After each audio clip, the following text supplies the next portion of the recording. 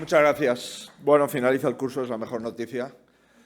Y yo quisiera, en primer lugar, agradecer a las personas invitadas al curso por su valentía, por su capacidad, también por su ponderación y, sobre todo, por su formación. Lo que han dicho, cómo lo han dicho, cómo lo han defendido, porque creo que es probablemente lo mejor de este curso. Lo mejor de este curso son las personas que hemos invitado, con distintas profesiones, con distintos orígenes, con distintas formas de entender España, de entender el Estado de Derecho y con esa convicción, primero decir lo que se piensa, segundo defender con ideas lo que se piensa y tercero tener la valentía y la independencia para decir lo que se piensa en cualquier lugar con independencia de la organización que te invite a hacerlo. Quiero agradecerle también, por supuesto, a Dolors, a Esteban, a Pilar del Castillo, a todos los compañeros del Partido Popular Europeo que hayan facilitado este curso aquí en el Escorial. Le quiero agradecer a todo el cuerpo docente de este instituto universitario, adscrito a la Universidad Complutense de Madrid, estas aulas y esta disponibilidad para venir aquí y hablar las distintas organizaciones y distintas formas de entender nuestro país al que servimos. Y le quiero agradecer también a la alcaldesa, que es nuestra anfitriona, el que nos haya dado la bienvenida al curso en el día de hoy. Creo que, por tanto, no hay más que echar un vistazo al panel de ponentes que hemos tenido en el Escorial para acreditar lo que decía, primero su diversidad, en segundo lugar su nivel, e intentar de esta forma demostrar la intención de construir una alternancia democrática al Gobierno actual de España. Tenemos ese compromiso, tenemos esa intención y es una realidad que está en marcha. No hemos venido aquí a escucharnos a nosotros, hemos venido nosotros a escucharles a ellos. Hemos venido a escuchar a la sociedad civil, porque tenemos un compromiso con la sociedad civil española, que es presentar una alternancia democrática a este Gobierno de coalición dentro del Gobierno, el tripartito, y de coalición en el Parlamento, dado que no tienen ni siquiera mayoría para poder sacar las cosas adelante. Y a lo largo de estas 3 jornadas hemos escuchado pues, a exministros, a juristas, a catedráticos de universidad, a altos cargos de la Unión Europea, a diplomáticos, a economistas, a personas que han servido en las fuerzas y cuerpos y en el ejército español. Y hemos también invitado a algunos empresarios, algunos de ellos que tenían dentro de su currículum empresarial el pago de más de 100.000 nóminas al mes actualmente y, por tanto, a empresarios que tienen acreditado un éxito que, sin duda, es un éxito necesario para cualquier país occidental. Por tanto, nos hemos rodeado de los mejores porque nos interesa presentar el mejor proyecto. Nos hemos rodeado de la gente que sabe porque nos interesa acertar. Y nos hemos rodeado de gente independiente porque nosotros no tenemos más intereses no tenemos más intereses que defender los intereses generales. Esta semana, efectivamente, lo han dicho, se ha celebrado el debate del Estado de la Nación. Bueno, pues una de las cosas que hemos podido constatar es que el Gobierno actual no tiene ninguna estrategia para la nación. Tiene una estrategia para su coalición, pero no tiene una estrategia para la nación. Porque no ha presentado ni un solo plan, ya no para los próximos años, sino un plan económico para después del verano. Un plan económico para el próximo año. Un plan de reformas estructurales ante probablemente la mayor crisis de precios que está viviendo España en los últimos 40 años. Un plan para afrontar una política energética adaptada a un conflicto bélico que pone en riesgo de falta de abastecimiento energético para los próximos meses a la mayoría de los países europeos. Pues bien, hasta hace bien poco, este mismo Gobierno, que no ha sido capaz de presentar un plan para España, probablemente fue, entre otras cosas, porque hasta hace pocos meses trasladaba que no íbamos a tener graves problemas en España. Y que, por tanto, España, como estaba más alejada del conflicto, iba a ser el país que menos sufriera las consecuencias del conflicto.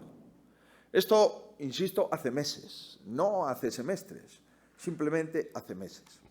Acreditaba, pues, el Gobierno que tenemos un Gobierno muy alejado de la realidad, muy alejado de la situación en la que viven la mayoría de los españoles. Cuando un gobierno hace previsiones económicas y esas previsiones económicas son desacreditadas cada 15 días por los organismos nacionales y los organismos internacionales, queda desacreditada la política económica del gobierno. Y ayer, una vez más, la Comisión Europea ha venido a desacreditar las últimas modificaciones de la propia política económica previamente revisada por el gobierno. Y es que ha venido a decir, verá usted que tenía previsto un crecimiento del 7 para el año 2022 y después lo bajó al 4,3, ya estamos en el 4. Verá usted que tenía previsto una previsión de crecimiento para el año 2023 ya revisada del 3,4, ahora le decimos que estará en torno del 2. Y usted que nos decía que a finales de este año 2022 controlaríamos la inflación, les recuerdo que la previsión de la Comisión Europea es del 8%. Y esperemos todavía las previsiones del Fondo Monetario Internacional. Cuando un gobierno no tiene ni una sola previsión económica fiable, se convierte en un gobierno no fiable. Llevamos, insisto, más de 1 año y medio con los precios, con el IPC disparado. Y llevamos 5 meses de guerra, pero 1 año y medio con los precios disparados. Por tanto, cuando el gobierno intenta decir que todo el problema de los precios de España es por el conflicto y la guerra, es un gobierno que le está faltando a la verdad a la gente. Antes de empezar la guerra teníamos una inflación en los últimos 12 meses del 7,8%. El año 21 acabamos con una inflación superior al 6,5%. Por tanto, la inflación viene y trae causa de la mala política económica del gobierno, que se incrementa como consecuencia de la guerra, pero por este orden. Y cuando invertimos el orden, volvemos otra vez a engañar a los ciudadanos. Los combustibles, la luz, los productos básicos de la cesta de la compra están en máximos históricos en nuestra democracia. Por tanto, eso es incompatible con el poder adquisitivo del 80% de los hogares españoles. Conocíamos ayer que aproximadamente el incremento de combustible, el incremento de la energía y el incremento de los precios de la compra suponen unos 3.000, 3.500 euros más de gasto para comprar lo mismo. En un hogar mileurista supone dejar de cobrar un trimestre al año. Esta es la situación en la que estamos viviendo y entendí que en el debate de Estado de la Nación íbamos a hablar de esto. Queridos amigos, desde el PP llevamos ya el año pasado tomando decisiones al respecto. Está aquí el portavoz del Grupo Parlamentario Popular en el Parlamento gallego. Cuando presentamos el presupuesto en octubre del año 21, decidimos bajar el impuesto de la renta a las personas físicas a las rentas medias y bajas en Galicia. En octubre del año 2021. En abril, en cuanto tuvimos ocasión de presentar al Gobierno un plan económico para las familias y las empresas, le repetimos que era necesario actualizar la tarifa del impuesto de la renta a las mismas rentas, a las bajas y a las medias. Pues bien, estuvieron 3 meses desdeñando nuestras propuestas, negándose a actuar, y en las últimas semanas el Gobierno adoptó 2 decisiones. Bajar el IVA a la electricidad al 5% y facilitar un cheque de 200 euros a las familias vulnerables. Eran 2 de las más de 15 propuestas que hicimos. Pero si nos fijamos cuándo decidió eso no lo decidió como consecuencia de las advertencias del Partido Popular. Ni siquiera lo decidió ante las alarmas de la caída de nuestro Producto Interior Bruto que activaron todos los organismos nacionales, como el Banco de España, o internacionales. Tampoco lo decidió porque las familias lo estén pasando mal. El Gobierno decide tomar medidas ante la debacle electoral que sufre en la comunidad autónoma más poblada de España. Y se dio cuenta del problema, no porque lo sufran los ciudadanos, sino porque lo sufrió el Partido Socialista Obrero Español en las urnas. Y automáticamente hiperactúa para intentar cortar la sangría electoral en el mayor granero de voto en los últimos 44 años que ha tenido el Partido Socialista, que ha tenido, y lo digo en pasado, en Andalucía. Y ha propuesto medidas, eso sí, en mi opinión, no para ayudar a las familias, sino para ayudarse a ellos. ¿Para qué? Para acabar la legislatura. Ha propuesto una serie de medidas en el debate de Estado de la Nación para acabar la legislatura y otra cosa distinta es para ayudar a las familias, es decir, a las clases, vuelvo a reiterar, a las rentas más modestas, a las rentas más bajas. Por tanto, tenemos un compromiso adicional que es, si ya no lo teníamos antes del debate, ahora tenemos un compromiso adicional que es seguir construyendo una alternativa democrática para que nuestro país empiece a enfocar las prioridades de las familias, las prioridades del Estado y nuestra autoestima como españoles. Frente a esto, lo que hemos visto también en el debate de Estado de la Nación es que el Gobierno ha decidido asumir el programa económico de Podemos. No lo he dicho yo, que también. Lo ha dicho ayer el Financial Times, el periódico económico más prestigioso de Occidente. Señala que España ha adoptado medidas populistas en el ámbito de la economía. Comprenderán ustedes qué opinarán los inversores de España. Pues bien, el caso es que estos días hemos visto varios titulares que ustedes, algunos periodistas, han señalado, y es que el Gobierno refuerza la coalición, y es verdad. Ahora bien, una cosa es reforzar la coalición de Gobierno y otra cosa es reforzar a las familias españolas, a los ciudadanos españoles, a los autónomos, a las pequeñas y medianas empresas, es decir, a España. Y una cosa, insisto, es reforzar tu interés por resistir en el Gobierno y otra cosa es gobernar, que a veces son incompatibles. El Gobierno ha tenido un récord de recaudación. ¿Como consecuencia de qué? No de que la economía vaya bien, hemos crecido el 0,2 en este trimestre. No de que el ahorro vaya bien, hemos perdido un 8% de ahorro. No de que el consumo interno se haya disparado, hemos perdido también un 2% de consumo. Por tanto, el Gobierno ha tenido un incremento de su recaudación como consecuencia ¿de qué? De que todo vale más. La base imponible del impuesto sube. Y como mantenemos los impuestos y no los bajamos, la recaudación se incrementa. Más de un 15%. Entre enero y mayo, los españoles hemos tenido que pagar 15.500 millones de euros más en impuestos de los que habíamos pagado en los mismos meses del año anterior. Y mientras y seguimos teniendo al Gobierno más caro de la democracia española, 22 ministerios. He servido a la Administración Central del Estado durante 7 años. He tenido oportunidad de trabajar en 2 ministerios. Unidades administrativas que tenían rango de su dirección general hoy son ministros. Comprenderéis que esto es una broma en bonanza económica y es un insulto durante la crisis económica. Pues bien, ahora el Partido Socialista, abrazando a la política económica de Podemos, nos plantea 2 nuevos impuestos. Y de momento seguimos sin conocer cómo se concretarán, porque plantean impuestos pero no dice cuál es la base imponible del impuesto y cómo se van a liquidar. Ahora bien, lo que está claro es que el Gobierno ha votado en contra, la izquierda española, en contra de bajar los impuestos a las rentas medias y bajas a través del IRPF, propuesta del Partido Popular. Por tanto, queridos amigos, este Gobierno es un Gobierno antisocial, porque en el momento de mayor incremento de los precios hemos de devolverle a esas familias mileuristas lo que han pagado de más, no solo en el precio, sino al menos en los impuestos que gravan esos precios. Pues bien, dice el Gobierno que quiere subir los impuestos a los grandes, pero a la hora de aplicarlos no tenemos ninguna garantía de que no se los suba a los pequeños.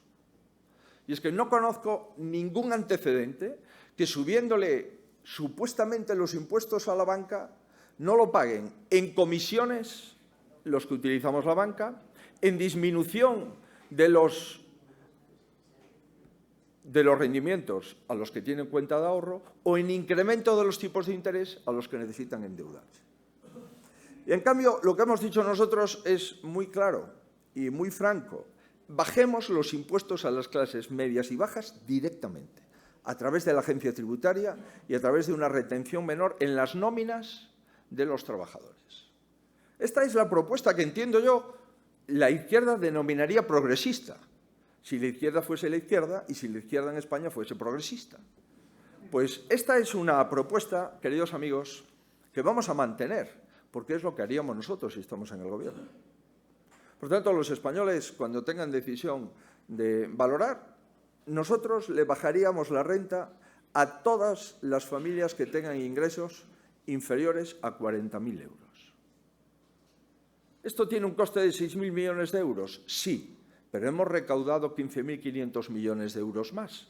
Tenemos, por lo tanto, capacidad para bajar los impuestos sin tocar el gasto público que garantiza los servicios públicos. Queridos amigos, claramente se pongan como se pongan, lo que han hecho esta semana no es justicia social. Lo que han hecho esta semana es hipocresía fiscal, que es realmente lo contrario.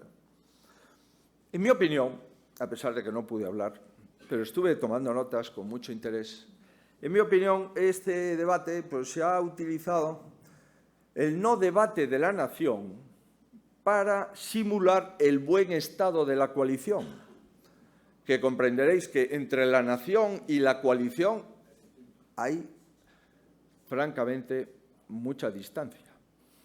Que unos le han copiado a los otros y además no le han contado el plagio que le habían hecho, eso es verdad. Ahora, que la nación haya salido más fortalecida, no, la nación ha salido con 2 nuevos impuestos. Y ya se sabe que las empresas siempre distribuyen los impuestos en los consumidores. Por tanto, en lugar de facilitar la resistencia a nuestro país, a nuestros ciudadanos, el Gobierno ha apostado por resistir a toda costa. Y concluyo con la segunda parte. Lo han explicado personas que me han precedido en el uso de la palabra, que no tienen que responder a nadie más que a ellas mismas. Hay una deriva autoritaria en el ámbito institucional que realmente nos preocupa, aquellos que también hemos vivido la transición. En materia económica está claro que Sánchez ha abrazado la política económica de Podemos, pero en materia institucional y en materia territorial ha abrazado la política de Bildu y la política de Esquerra Republicana de Cataluña. Porque no solo necesita mantener su coalición de gobierno, necesita mantener su coalición parlamentaria. Su gobierno no sacaría una sola ley si Bildu y Esquerra dicen no. Y todas las leyes que se sacan en España es porque Bildu y Esquerra dicen sí. Esta es la situación por primera vez que vivimos en España desde que tenemos la suerte de disfrutar de la Constitución. Esta semana, por tanto, hemos sido testigos de cómo el Gobierno pactaba las leyes con los independentistas y cómo los independentistas ponían el listón alto de condiciones para que esas leyes fuesen aprobadas. Empezando, efectivamente,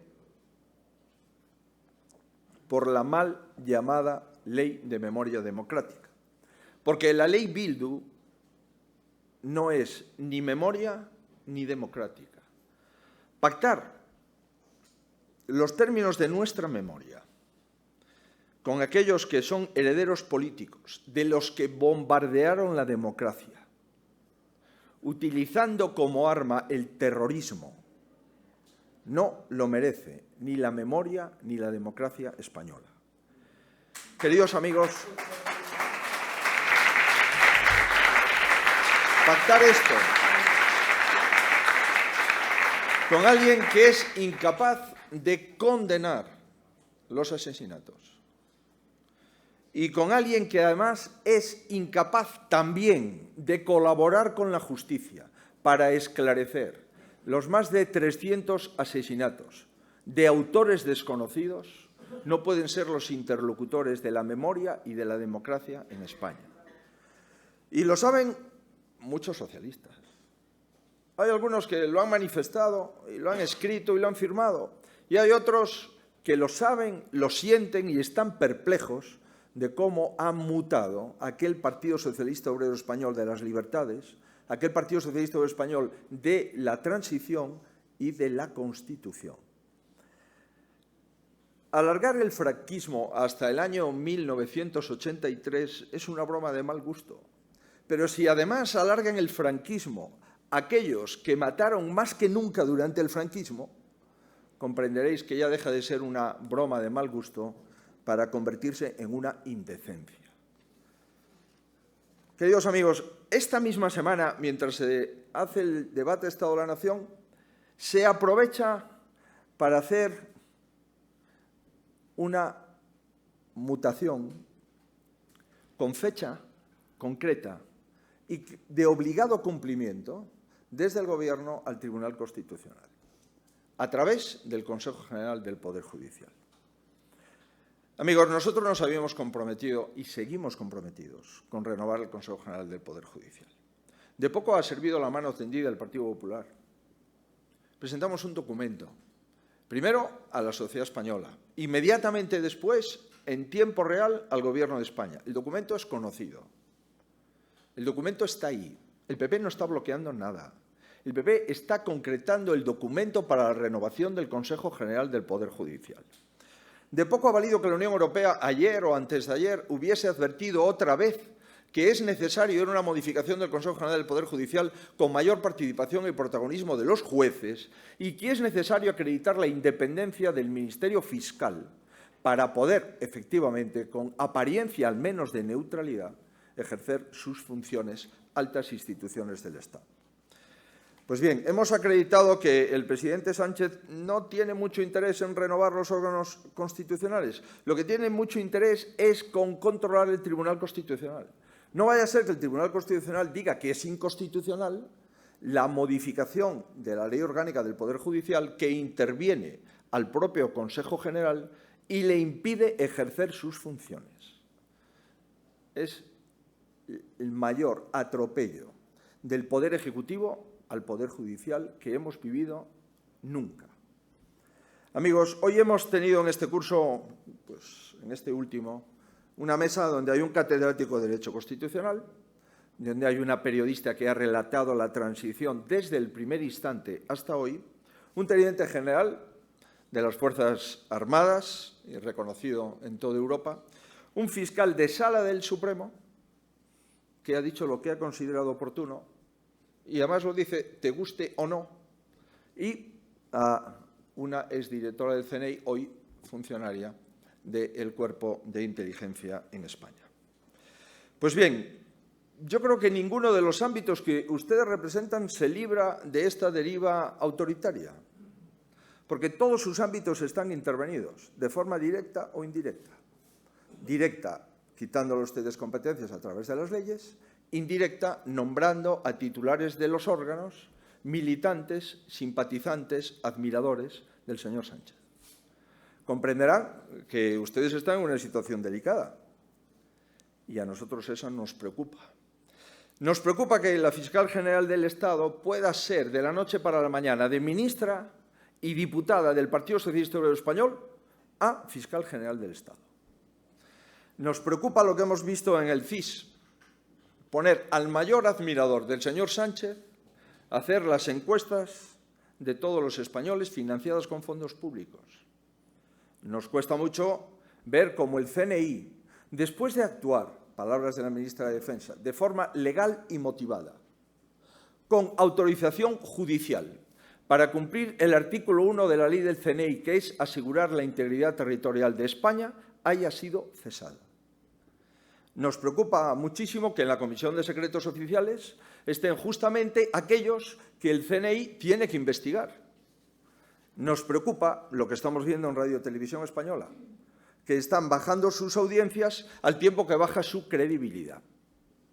Nos preocupa, por supuesto, lo que estamos viendo en el Instituto Nacional de Estadística, que dimite el director del Instituto Nacional de Estadística porque no se someta a las presiones del Gobierno para mejorar la estadística del PIB o mejorar la estadística de la inflación. A la Unión Europea también le preocupa todo lo que acabo de decir. Y nos preocupa, por supuesto, ahora pues, la renovación del Consejo General del Poder Judicial. Y vuelvo a ello. El Partido Popular quiere renovar ese órgano. Simplemente establecido unos mínimos principios básicos para disminuir al máximo posible la politización del órgano e incrementar, mientras no hagamos una nueva ley, la profesionalidad de los miembros del Consejo General. Nos preocupa, por supuesto, las imágenes permanentes de división del Gobierno. Las explicaba muy bien Dolors Montserrat. Antes discutían una vez al mes. Después pasaron a hacerlo una vez cada 15 días. Después ya no había semana al mes que no discutían. Y ahora lo que no hay es un día en el que no discutan. Nos preocupa, por tanto, y nuestra obligación es seguir trabajando. Yo quiero finalizar para deciros, sabemos nuestras responsabilidades. No tenemos socios en el Estado. Estamos solos defendiendo la Constitución española. Estamos solos defendiendo la transición española. Estamos solos defendiendo la verdad democrática en España. Estamos solos, por primera vez en 40 años, como partido de Estado para responder solo al Estado y defender al Estado porque es defender la democracia española. España merece un gobierno que honre mejor su pasado. Por supuesto que trabaje para mejorar su presente y que construya el futuro que merecen las personas que nos van a suceder. Y España merece que sus políticos no piensen cómo resistir más días en Moncloa. Pero si esto no es lo importante. Lo importante no es el tiempo que estás en el gobierno, lo importante es lo que haces en el gobierno. Lo importante es cómo mejorar la vida de los españoles, no cómo mejorar la tuya. Lo importante, queridos amigos, es tener una alternativa, y ese es nuestro compromiso. Lo hicimos, os puedo asegurar, llevamos 100 días al frente del Partido Popular. A los días de tomar posesión, ante la situación económica que vivía nuestro país, trasladamos a Moncloa, sin siglas, un documento para discutir, hecho por expertos en el ámbito de las economías de las familias y de las empresas. Lo trasladamos. Trasladamos a Moncloa una propuesta de modificación puntual del artículo 49 de la Constitución, comprometido con el CERMI para dejar sin efecto el término disminuido y sustituirlo por el término de discapacidad. Nada más. Ya no se quieren comprometer en que es nada más. Y por eso ahora están dando largas a la propuesta que acepta el PP con el CERMI. Lo hemos hecho cuando le hemos pedido al Gobierno que se apretase el cinturón, que 22 ministerios es una falta de respeto y que con un 30% menos de ministerios el Gobierno central sería más eficiente. Y los ciudadanos verían al menos algún gesto desde el punto de vista de gasto burocrático y político. Y lo hemos hecho, y concluyo, con nuestra propuesta del Consejo General del Poder Judicial. Nuestros compañeros anteriores entendían que el Consejo no debía de modificarse mientras no aprobásemos una ley en la que le diésemos a los jueces la capacidad para nombrar a 12 miembros del Consejo General del Poder Judicial jueces. Cuando llegamos al partido, vimos la tensión que sufría el Consejo General del Poder Judicial, la intervención del mismo por el Gobierno y los efectos de no poder cubrir las vacantes que se están produciendo en el Tribunal Supremo. Vimos y comprobamos que hay miles y miles de millones de euros bloqueados en el Tribunal Supremo por falta de magistrados suficientes para activar las sentencias con menor tiempo de pendencia. Y cambiamos nuestra postura. Y le propusimos al Gobierno, pues, aceptar la suya, que es renovemos el Consejo y, posteriormente, hagamos una nueva ley. Entendí que en eso consistía el pacto. Pero, por supuesto, que aceptando la propuesta del Gobierno de renovar el Consejo, siempre que en el plazo de 6 meses presentemos una nueva ley para darle más protagonismo a los jueces, una ley a la que le pediríamos el borrador al próximo Consejo del Poder Judicial y abrir una ponencia parlamentaria para, entre la propuesta del Consejo, el nuevo Consejo y el Parlamento, sacar una nueva ley orgánica. Le proponíamos que, mientras no hacíamos eso, renovásemos el Consejo, pero con algún principio. Por ejemplo, no es razonable que una persona que está en el Gobierno no pueda ser fiscal general del Estado a las 24 horas. ¿No es razonable que un ministro que esté en el Gobierno no pueda presidir una sala en el Tribunal Supremo a las 24 horas? Pedíamos 5 años entre puestos gubernamentales e ingresos en los altos cargos de la magistratura. Primer propuesta. Segunda propuesta, no es razonable que una persona que esté en el Gobierno pase de forma inmediata a activar en su juzgado las decisiones de los sumarios pendientes en el juzgado. Y planteábamos solo 2 años de carencia para volver a ese juzgado a dictar sentencias. La tercera, no es razonable que para llegar a la más alta institución, que es el Tribunal Supremo, le pidamos a los candidatos que tengan al menos 25 años de carrera judicial para saber que estamos eligiendo a los mejores. Y, por cierto, no es razonable, ahora que queremos modificar el Consejo, que nos comprometamos a crear 200 plazas de jueces y magistrados al año, hasta un total de 1.000, para volver otra vez a desbloquear la situación de dependencia que tenemos en España. Solo estas propuestas, solo estos requisitos que se inspiran en la futura ley orgánica que tenemos la obligación con Europa de aprobar. Pues bien, la respuesta fue no. La respuesta fue no hay más conversaciones. La respuesta es vamos a modificar el Consejo a únicos efectos de que puedan nombrar a 2 magistrados del Tribunal Constitucional y siguen sin poder nombrar a ni un solo magistrado del Tribunal Supremo. Y además, por si la provocación no es suficiente, le decimos que tienen que hacerlo con fecha tope del 12 de septiembre. Es un mandato imperativo del Legislativo al Poder Judicial. Queridos amigos, entiendo yo que esto es una vez más un menosprecio al Poder Judicial y una vez más la clarificación que el objetivo no es la renovación del Consejo, el objetivo es el control del Consejo y el control del Tribunal Constitucional. Y eso tiene que dejarse al lado para abrir una nueva senda de reformismo en las instituciones del Estado. Queridos amigos, lo haremos también. Y estas cosas que estoy diciendo aquí sé que nos comprometen.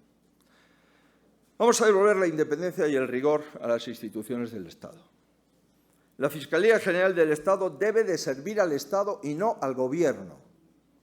El CIS debe de volver a ser un centro de inteligencia y de prestigio y no un instrumento de propaganda del Estado. Televisión debe de ser un servicio público de información y entretenimiento. ¿Y cómo vemos si una televisión es buena o no? Por las audiencias. Cuando una televisión pública baja en audiencia, acredita que solo la ven el Consejo de Ministros y sus familiares. Y eso no podemos financiarlo con dinero público. Queridos amigos, como país no podemos permitirnos que cada nombramiento y cada movimiento del Gobierno sea visto con recelo y con miedo de que solo se ejecute para controlar el organismo o contentar a sus socios.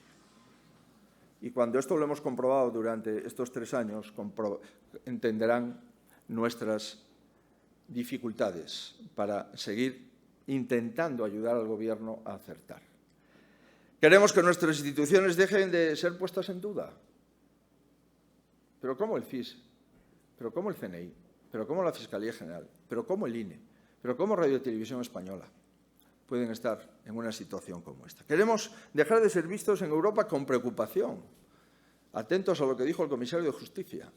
Oiga, por favor, cumplan ustedes esto, porque si no pueden verse afectados en la evacuación de fondos europeos. Y queremos que los españoles puedan estar orgullosos de sus instituciones, orgullosos de que un fiscal no admita una propuesta del Gobierno, orgullosos de que el CIS diga lo que da y que después lo comprobemos en las urnas, de que tenemos un CIS que vale la pena mantener, orgullosos, en definitiva, de devolver a España su prestigio y a los españoles su confianza. Y estos son nuestros compromisos. Y les puedo asegurar que lo vamos a hacer. Y lo vamos a hacer porque no tenemos ningún otro interés para estar en política que este. Y además lo vamos a hacer porque tenemos nuestra palabra empeñada y también nuestra biografía. Muchas gracias.